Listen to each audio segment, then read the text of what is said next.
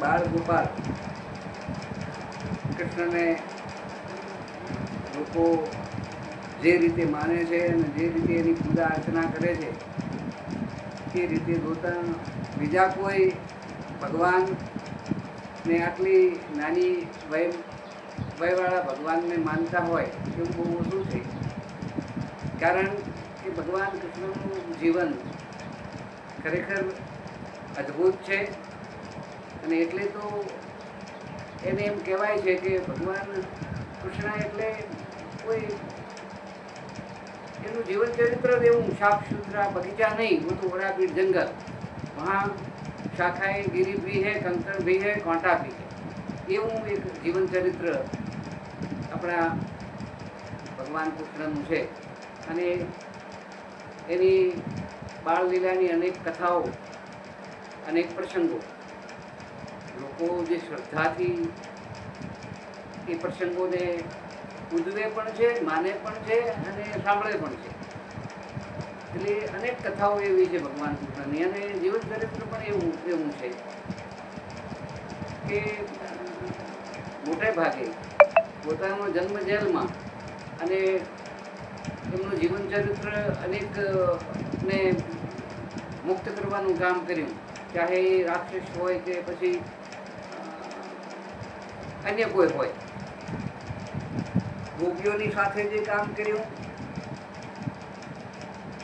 ગોકુળની અંદર એમાંય રાધાજી સાથેનું એમનું જીવન જે રીતે જોડાયું છે, રાધા કૃષ્ણના સ્મરણ માત્રથી લોકોના દુઃખ દૂર થઈ જાય છે. એ જીવન માત્ર કૃષ્ણ જીવન 11 વર્ષ ને 52 દિવસ ગોકુળમાં રહ્યા. એ દરમિયાન રાધા કૃષ્ણની જે લીલાઓ છે એ અદ્ભુત છે. અને પછી ગોકુળ છોડીને મથુરા જાય છે. મથુરાથી એ પાછા છે ગુજરાતમાં દ્વારકાના ધણી બને છે, દ્વારકામાં વસવાટ કરે છે.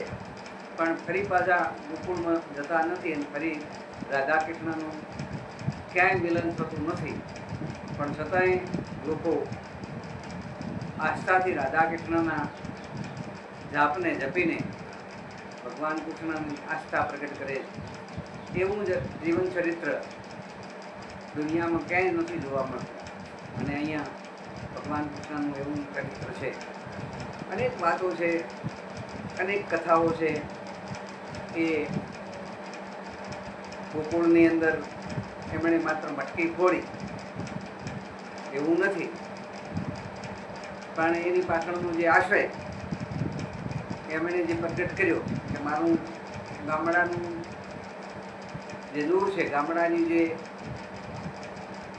શક્તિ છે એ શહેરમાં લીલામ ન થાય, એના માટે કદાચ પગલું ભર્યું. આપણે એમને મટકી ફોડ તરીકે માનીએ, પણ એની પાછળનો આશય ભગવાન કૃષ્ણનો કદાચ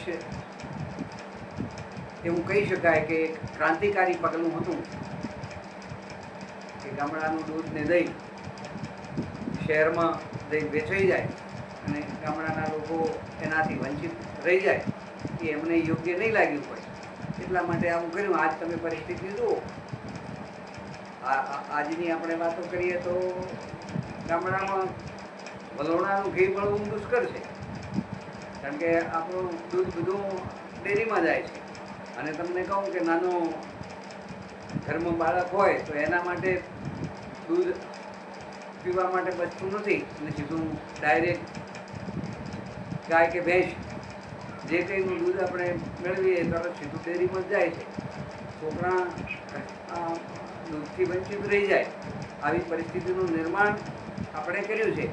અને એ વખતે ગોકુળમાંથી ગોપીઓ દૂધ મેળવવા માટે મથુરા કે બીજા કોઈ મથુરા જ મોટે ભાગે એ વખતનું સેન્ટર હતું. એટલે ત્યાં જાય તો કૃષ્ણને નહીં ગમતું હોય એટલે ત્યાં મટકી ફોડી અને એને આપણે મજાકમાં મટકી ફોડ કીધો. કૃષ્ણનું ચરિત્ર આવું કે એની પાછળનો કોઈને કોઈ આશય હોય. એટલે આવું પગલું ભરતા હશે એ આપણે જાણીએ છીએ, અને છતાંય આપણે એને ભગવાન શ્રી કૃષ્ણને આપણે પૂર્ણતારીથી સંબોધન કરી શકીએ, પૂર્ણતારીથી આપણે એની સાથે વ્યવહાર કરી શકીએ, એની પ્રાર્થના કરી શકીએ, એની ભક્તિ કરી શકીએ. એટલે તમે જુઓ કે કૃષ્ણની જે બાળલીલાઓ છે એમાં જે રાસલીલા છે એ તો અદ્ભુત. એમાં તો બહુ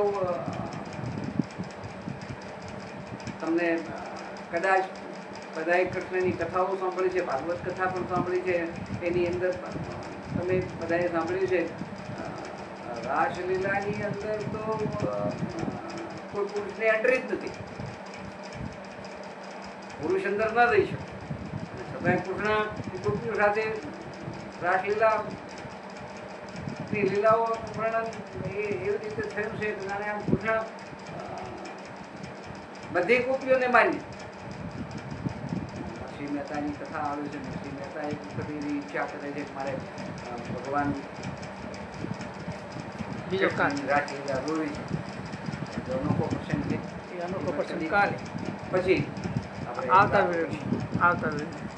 જય શ્રી કૃષ્ણ ભગવાન જય.